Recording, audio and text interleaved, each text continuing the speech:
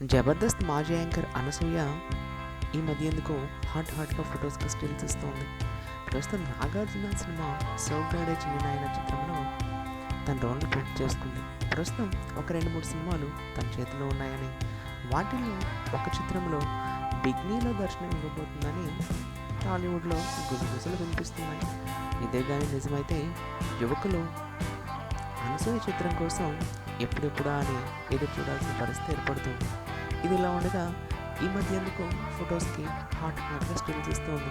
ఇప్పుడు మీరు చూస్తున్నటువంటి స్టిల్స్ అన్నీ కూడా మరి అనసూయ తన అప్కమింగ్ మూవీస్లో ఏ విధంగా దర్శనం ఇవ్వబోతుందో ముందుగా మనకు తెలియచెప్పేటటువంటి ప్రయత్నమేమో వేచి చూద్దాం. ఏది ఏమైనా ఈ స్టిల్స్ చూస్తున్నటువంటి